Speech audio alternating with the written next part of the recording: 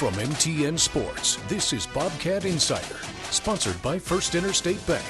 We're in mid-February, the snow is falling, and so are the shots for both men's and women's basketball as we've got a 4-0 weekend to talk about. Keaton Galogli alongside Grace Lawrence. We'll talk about women's basketball in just a bit. They're on a 17-game winning streak and have already locked up a first-round bye in the Big Sky tournament. Grace, let's start with the men. Yes, they had a tough 0-2 road trip against NAU and UNC, but they return home, and they really dominated this weekend. I mean, the men have really had to trust the process. There's been no conference game that they've lost by more than 7 points. So to see a lot of that come to fruition in the Brick in this 2-game stretch last week was really great to see. Yeah, in a lot of ways, we're kind of seeing this Montana State men's team progress back to the mean. I mean, you look at all of the close losses. They are 2-11 in games decided by 7 or fewer points, but they had some great late-game execution this weekend. I really think that lineup shakeup a few weeks ago was really key in bringing the energy. That Idaho State game, I felt the energy right off the bat, and Sam Lekalot just constantly,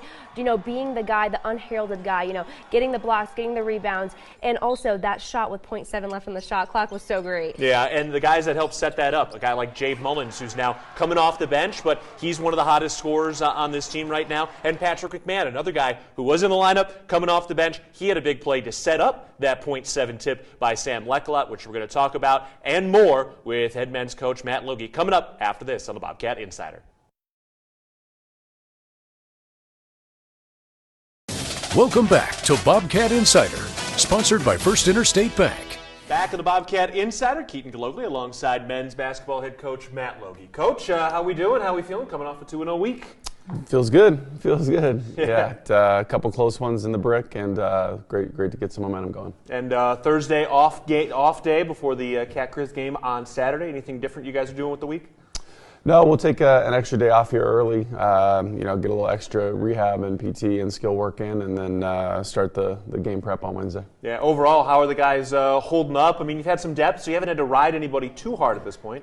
Yeah, I think we're in a good place. I think obviously this season it's a marathon, not a sprint, and there's an element of managing that throughout the year so that you're fresh, through conference play and through the Big Sky tournament in March. And I think we're in a good position, and knock on wood, we'll continue to stay healthy. All right, well, let's get into this weekend. Again, a couple of wins. First against Weber State. This was a Weber State team that's been a little bit down this year, but boy, they've got Blaze Threet and certainly some great scores in this on this team. But you guys got that one done.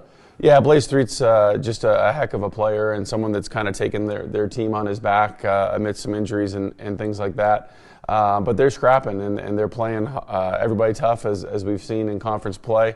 And so, for us, I thought we did a good job on defense on the outside of Blaze Threet. If you allow the periphery guys to get going, it's really hard to limit his opportunities because he had the ball in his hands so much as a point guard. Yeah, you're going to get some points, those guys are going to get theirs. And it's kind of similar against Idaho State. Dylan Darling's kind of their guy. If you can limit the guys around them, you're going to have some success. But coming out in that Idaho State game, I thought that those first couple minutes defensively really shined from you guys. Yeah, the guys really set the tone. When you play Idaho State, it's going to be a physical game, and you've got to match that physicality on the defensive end of the floor and on the glass especially. And I thought we did a really good job on Darling. Again, he gets 27 shots or something like that. It's going to be hard to fully limit somebody down, but when you're 8 for 27, we've done a good job efficiency-wise, and I thought our defensive intensity down the stretch to clear the defensive glass, not give up any offensive rebounds was critical for us. Right, well, they're one of the best offensive rebounding teams in the country. You gave up 12 in this game, but really that was a lot of front-load. It seemed like late in this game you guys really sealed that side of the ball. Yeah, 9 in the first half. Obviously, it was a focus going into the game, and they're number 3 in the country for a reason. They're really, really good at it. And I thought our guys really kind of battened down the hatches in the second half, and for the last 3 media segments, we didn't give up any offensive rebounds, and that was key to securing the victory. Yeah, the stretch run of this game was awesome, and I want to get into that. But first, I do have to mention 6 blocks in that first half. I mean, the rim protection in this game, it was 7 total blocks by 6 different players. That was impressive to watch. Yeah, our guys are really growing in just the technical skill of walling up and what it looks like, and Sam Lekalot's probably been the at the forefront of our rim protection this year, but we've had a number of other guys like Pat McMahon and Max Agbampolo who have good length and athleticism, and it's starting to show through. All right, well, let's get into the stretch run of this Idaho State game. I mean, really, it was a one-point game with like 11 minutes to go or so. Overall, that final 11 minutes, that was some high-level Big Sky basketball. Yeah, it was a really back-and-forth battle. Both teams stepping up and making shots. I think there was a 4 or 5 possession stretch there where they made a shot to take the lead, then we made a shot to take the lead, and it just went back and forth with guys stepping up. And our late game execution has continued to improve, and so that's been great to see as we head into the most important time of the year. Yeah, tell me a little bit more about the improvement of that late game situation execution, because that was a big issue going throughout most of the season. How have you guys worked on that, and how have you focused on that to make the improvement over the last couple weeks? Well, part of it is just clean, crisp execution. Part of that's, making sure that we're organized on the floor. And then part of it's guys stepping up and making plays. Some of that comes out in the wash over the course of a season. We had opportunities that we didn't quite ring the bell on early in the year, and now guys are stepping up. And, whether it's Tyler Patterson stepping up and making a big three, or Jade Mullins, getting downhill and getting a big basket in transition. Max Agbampolo made a big three. So it's really credit to the guys for their continued attitude and confidence to step up in those moments. Yeah, I mean, because it really would be easy for them in some of these late game situations to say, oh, here we go again, because there have been a lot of losses in that regard. So you haven't felt that? I mean, what is the mood at the end of these types of games, knowing you haven't executed to this point, but now we're starting to see it? Yeah, I mean, I think sometimes it's been execution, sometimes it's just been missed shots, sometimes it's been a little bit of bad luck, and so it's all about what you do next, and what the next best choice is to execute crisply, play together, step up with confidence. We're not worried about the past at this point. You learn from it, you grow from it, and then you step up when the next opportunity presents itself. Well, one of the great pieces of execution was that 0.7 seconds left on the shot clock, the little tip by Sam Lekalot, which in a lot of ways was set up by the hustle by Pat McMahon to save it over the baseline. But just tell me about that drawn-up play and watching Sam tip that thing in. Yeah, again, I'm glad you mentioned Pat McMahon's effort, because those are the types of things that it takes to win close games. You steal an extra possession with some offensive rebounding effort, and then you got just enough time to get a shot up on the glass. And, Jay Mullins made a terrific pass. That's what always gets lost in those situations, over the top of their 5-man who was on the ball. And then, to have the touch and the wherewithal that Sam had to finish that play was just huge. And it's been something that we've had to execute a number of different times this year, and it's been great to see that work out. Well, and then right after that, you guys get the missed shot, clean the glass again, no offensive rebound. It was Sam Lekalot in between 3 black jerseys, grabbing that rebound, drawing the foul, letting out the big shout into the crowd. That was a great moment to see that sequence from Sam. Yeah, Sam's doing a heck of a job, just giving us that passionate leadership, that toughness, and that kind of blue-collar mentality that we need. And so, all the more fitting for him to get that rebound in that moment. And it does feel like maybe the rotation is starting to tighten up a little bit here. Really kind of felt like you guys played really 7 guys in this game, a little bit deeper than that. But for the most part, are you starting to feel like you're getting some confidence in the rotation right now? Yeah, I mean, I think one of the challenges this year has been trying to know who's going to play well on any given night. But we do have good depth. I think there's some more meat on that bone. There's some guys that are going to have big moments here down the stretch that maybe haven't had them yet in the last few weeks. And so, there's a lot of room for growth still. It's mid-February, but I really believe in the amount of improvement that we can make in the next 2 or 3 weeks, and it's exciting. All right, well, a great measuring stick for that growth is coming up on Saturday, the 7 o'clock tip against Montana. The Grizzlies are the hottest team in the conference right now. You guys have also made a lot of improvements, and it was a tight game over in Missoula. Looking at this Montana team, where have they grown? How are they different, and how does this matchup look to you? Yeah, they're playing really good basketball. Obviously, you've got really good leadership at the point guard position in Brandon Whitney, and that's something that I think allows them to be really well organized and know where their shots are coming from, and they're playing really, really efficient offensive basketball, making shots at 55, 60% clip. And so, we've got to find ways to make their lives difficult. We've got to find ways to challenge shots at a high level and make them uncomfortable. And, like you said, we didn't play our best game the first time around, but got it to 3 with 25 seconds to go and had some chances. So it's a great test for us, and I'm excited for the Bobcat fans to get in the brick and cheer us on. All right, well, Cat Grizz coming up on Saturday with the doubleheader, the women at 2, the men at 7. All right, we're talking about women's basketball after this. More of the Bobcat Insider coming up.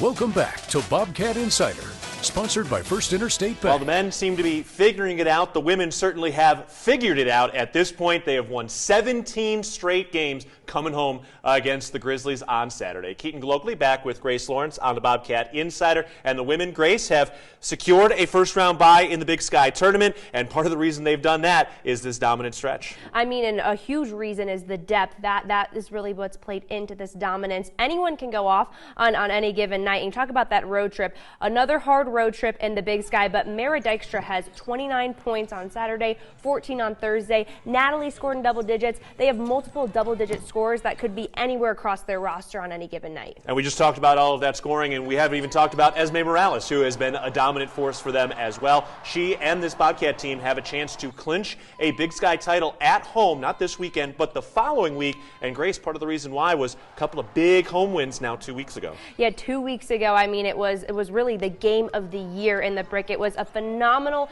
turnout against Northern Arizona that Thursday night. She had 30 points down in Flagstaff about 6 weeks ago, and then last week she had 25 points. Taylor Chiric also had a double-double. We'll be talking more about that game and more with Coach Ben coming up after this. Welcome back to Bobcat Insider, sponsored by First Interstate Bank. Welcome back into the Bobcat Insider. Grace Lawrence joined alongside women's head coach Tricia Binford. Congrats, 4 games, 4 wins since we last met. Oh, it has been a while, yes. But thank you. Yeah, let's jump back to a couple Thursdays ago, the NAU game. A lot of hype around it. You guys walked out of the Brick with a win. How did the team feel after a win like that?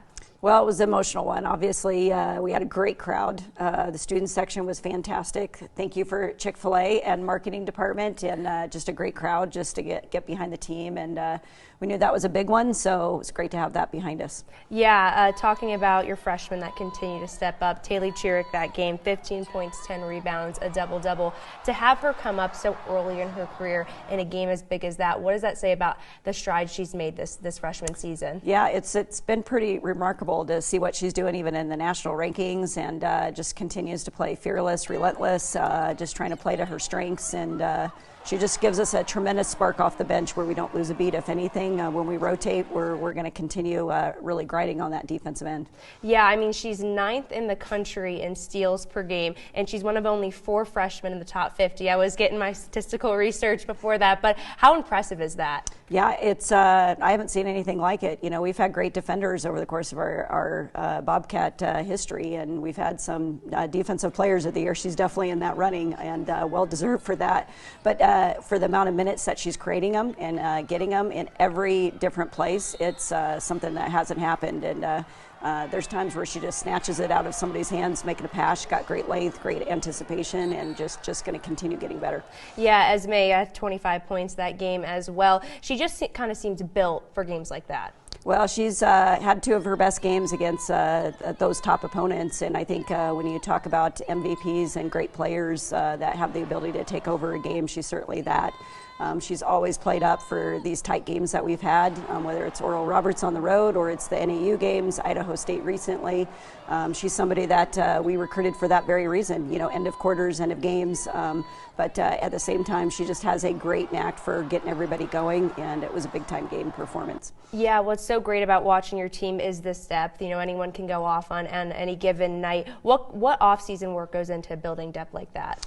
You know, we started in the summer. We did a lot of team building, team chemistry, just knowing that we were going to have a lot of depth for what we were returning from injury, our freshman class, and then our newcomers that we signed in the portal. And, you know, when you have that, you want to make sure you're maximizing everybody and you're getting an understanding. It's going to take a lot of sacrifice to make this work. And the team bought in early, and they work at it constantly. You know, it's not easy to do. We have great players coming off the bench. We have great players starting, and that rotation allows us to maintain the pressure that we want, but it takes a lot of selfless kids. Yeah, and then talking about that Saturday against Northern Colorado, started out hot, 2 20-point quarters, but then kind of the scoring kind of died down in the second half, but that defense stepped up huge. What kind of effort went into that second half to pull out that win? Yeah, I think we had a great start, like you talked about, and got a little bit too comfortable in that second half. I don't know if it was an emotional come down from the Thursday matchup, but I also want to credit Northern Colorado.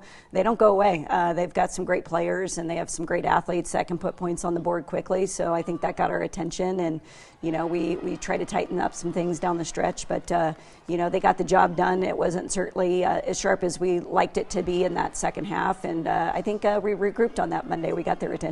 Yeah, Addison Harris, 10 points that game. Some games she's having those double-digit scoring games. Some games, she has those plays that go under the radar that are so critical. Have you seen her game grow in this freshman year? Yeah, she's another just kind of relentless freshman. I think the value of playing at a really high-level club ball for our entire freshman class has really made an impact of them being able to step in right away and compete at the level that the Division I pace has. If anything, sometimes they play too fast, and Addie is certainly one of those. She's just a tremendous athlete. She can rim run. She's got great hands. She can really leap. She can rebound.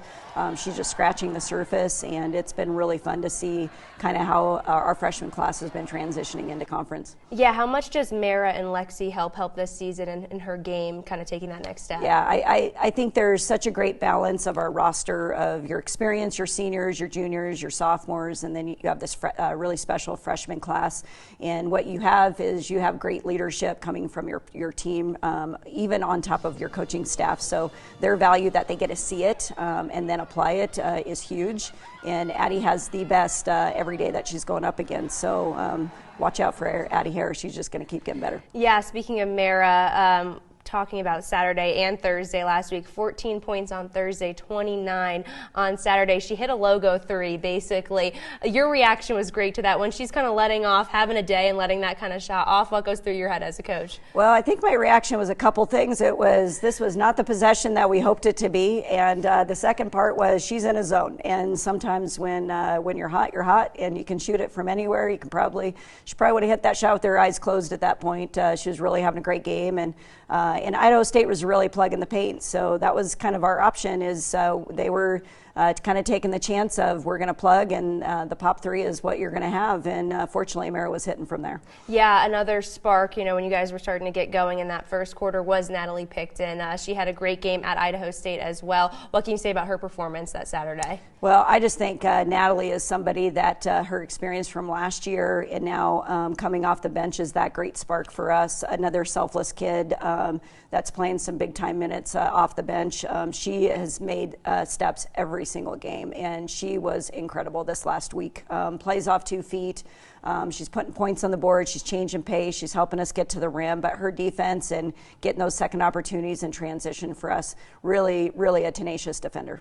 Yeah, and then back in the brick this Saturday, Cat Grizz Part 2. What are you honing in on this week of practice as you guys get ready to face Lady Grizz again? Yeah, well, the big thing for us is our defense is getting so aggressive that we're sometimes taking too many risks, to be quite honest. And we got exposed against Montana at their place. So definitely need to defend the 3 ball better. Definitely need to finish plays better. I think rebounding is going to be a great emphasis. Yeah, how much pride do you and your team take going into this Saturday for the seniors in their final Cat Grizz? Yeah, I mean, we've got 3 home games left, and this team has been having a ball with our crowd behind us. Our crowd has been incredible. This is our first gold rush in the brick, so we want to get excited here and get this crowd behind them and get them going early. Awesome. Thanks so much, Coach. That's a 2 p.m. tip-off this Saturday. MTN has your broadcast, and stay tuned after this. Keaton and I will be previewing that matchup.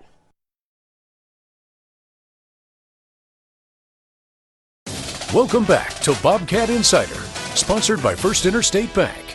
We're getting Gold Rush in February. Both Bobcat teams will be donning some pretty nice gold uniforms when they take on the Grizz this Saturday. The women looking to make some history this Saturday as well. Yes, very exciting. They've won 17 straight games, which is tied for the longest winning streak in program history. One team from the late 80s, 87-88, and that 2019-2020 team.